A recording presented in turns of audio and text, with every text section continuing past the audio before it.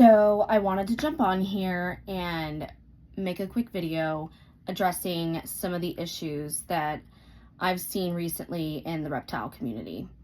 And one of those things that I will start with is overfeeding. And I learned this when I got my first bearded dragon, Toki. And I was new to the species and I did as much research that I could, and that research is constantly changing. And I thought, vet is best. He wanted his superworms and wasn't really interested in his salads, and vet is best. And as he got older, I started noticing some health issues, and I took him to the vet. We had some blood work done, and it had shown that he had high blood glucose. My vet ended up telling me that it was indicative of a GNT tumor and that it was most likely cancerous. And he suggested taking him to this reptile specialist, and he dealt specifically with bearded dragons. So I took him there, and after feeling his stomach, decided it was best to do an x-ray instead of an ultrasound. And it showed that my bearded dragon Toki was overweight. And it didn't look like he was just by looking at him. But the reason why is they are not separated by a diaphragm. They are all one cavity. So the entire abdomen should be lung space. And what happens is they build up fat and store fat in fat pads on each side of the stomach. And it becomes so full of fat that the rest of their internal organs, including their lungs, can't function properly. And so I decided right then and there that we were going to, change his diet, help him lose that fat. And Toki probably didn't eat for a good 6 months. All I offered him was a salad every day. And eventually he started eating again. And 10 months later, I got a repeat x-ray, and it showed major improvement in the fat pads. So what I wanted to talk about is, first of all, a lot of people are extremely into the superworms, and I totally understand why. It's super convenient. Throw a couple of them in the bowl and you're good to go. The problem is they are the fattiest bug you could be feeding your bearded dragon. So those should be avoided, especially after the age of 2. Your bearded dragon's metabolic rate slows way down. So they do not process their foods the way they did when they were younger.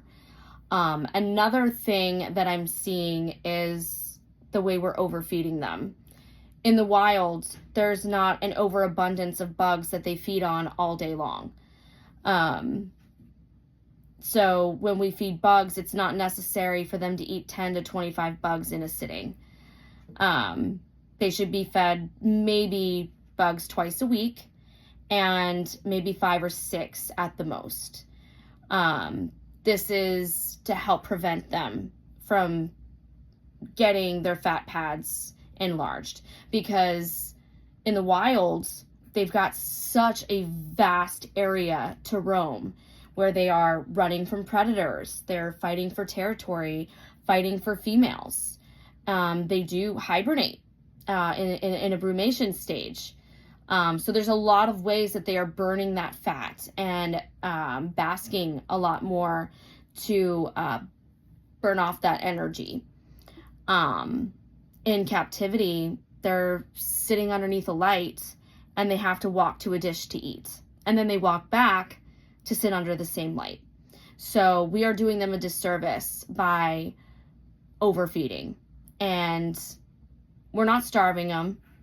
If your dragon is overweight, and a lot of people will say, well, I don't want my dragon to starve if he's not going to eat the salad, it's not going to eat for months, I'm just going to go ahead and feed him the bugs again. And that's not the case. Your dragon is a wild animal, and it has a will to live, and it's not going to starve himself.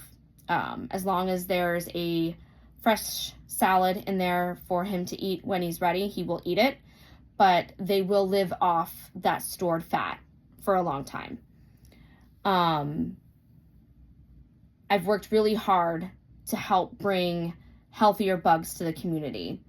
And I started doing this not only because we don't have a pet store here, but because I want to advocate for these animals. And I want to share my knowledge of what I've learned and the things I've been through, because I never wanted to make that same mistake again.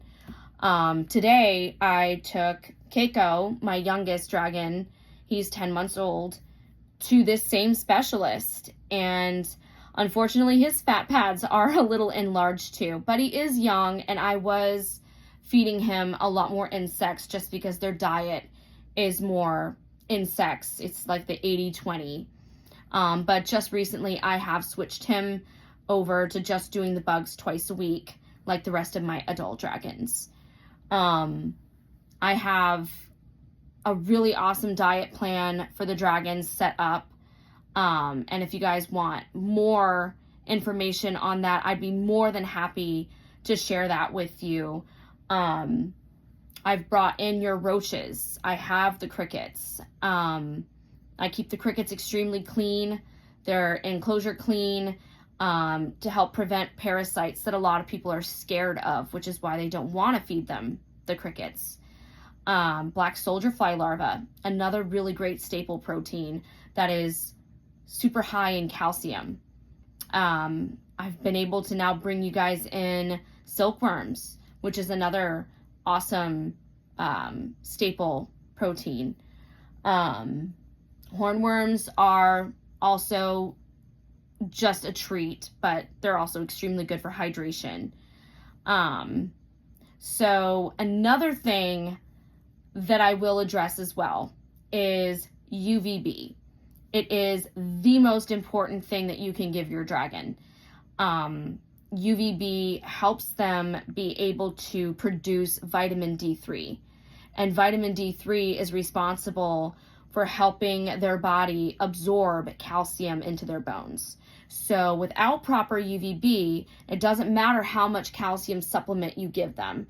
Without the UVB, their body's not absorbing it. So I will show you what I use, and I would hope that you guys would go ahead and give your dragons the best of the best too. So 1 second. So this is Katina's enclosure. It was Toki's. So that's a painting I did of him and some pictures of us. It's been empty until she got here. Don't mind her mess. She's messy. Right up here is her basking bulb. And then right here we have the T5 10.0 Zoom Med Tube UVB. And it goes all the way, almost halfway across the enclosure. This bulb is replaced, and I replace them every 6 to 8 months just to be on the safe side. And I always hold on to the bulbs just in case anything happens. Anything gets dropped, the newer bulbs is broken, something happens, I have just something else I can throw in there real quick. So, hi Katina, you're so beautiful. So yeah, most important thing is your UVB. And all of my guys have the same T5 10.0 tube UVB by Zoom Med. A lot of those coils that you see, they're not reaching the dragon at all. And metabolic bone disease is not something you want to work with. Metabolic bone disease is like our osteoporosis, except a lot worse in bearded dragons. I've seen horror stories of deformities and just awful things. So we want to prevent that. When you get into having a reptile, you want to do your best to replicate their natural habitat. And that's what we're doing here. So if you guys ever need anything, you can feel free to reach me. I'm always available to talk to anyone with any questions or concerns. And then diet.